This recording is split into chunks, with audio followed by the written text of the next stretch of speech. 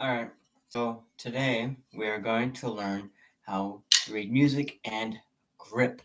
Grip is important, especially if you're in a drum line, because if you're in a drum line, looks is everything. So, what you want to do for grip, snare grip, traditional grip, what it usually is your right hand is you have four fingers. It depends where you feel comfortable. I would recommend around the middle of the stick, and then grip your thumb like that. So it's like touching your first finger. If it feels comfortable, if it doesn't, put it somewhere else. All right. And then this stick, don't do this. I mean, it's easy when you're doing that kind of stuff, but I still don't like it because it doesn't look quite as good. So what I do is I get my stick, put it in my after my middle finger, and then my stick, my put my thumb around my stick, and then I make sure that you turn like this. All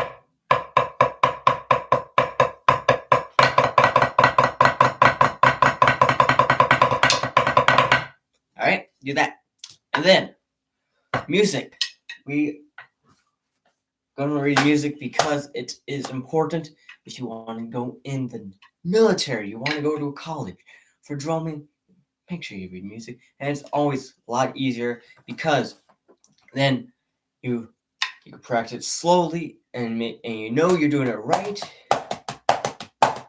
because it's in front of you, and if you can read it, you can play it.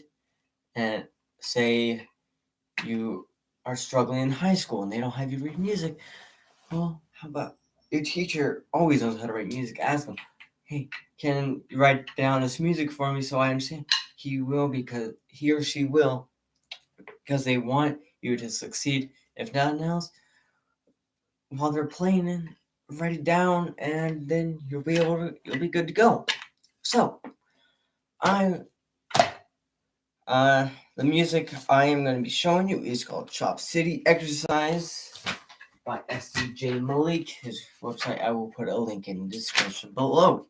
Alrighty, so we have a bunch of 16th notes there, right? And like I said in the last video, this is a accent, that little less sign, least sign, whatever it's called. And then those R and L's. What do you think? Well, this is your right hand, this is your left hand. Oh, it's right and left. All right. So, what you do is, for this, I'm going to play it for you, and let's hope I don't screw up. This is really hard. Okay, so what you do is it starts with a right accent. Then it starts with the right hand, just regular. Right? And you get a left hand. And then what you got after that is a right flam accent. A flam looks like that. All right? Oh, can't see that. Okay. It's that little thing right there. A little weird thingy. All right? Don't be scared by it. It's just a flam. So, how you're gonna play that first part of the measure? It's gonna be right.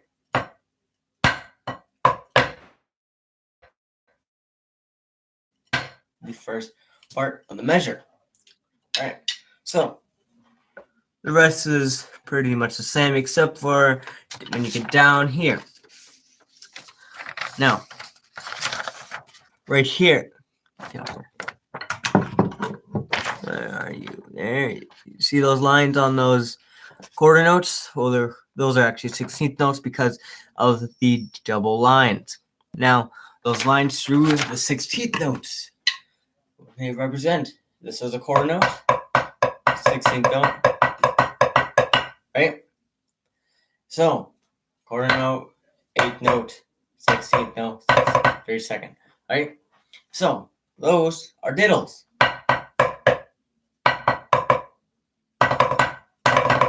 All right?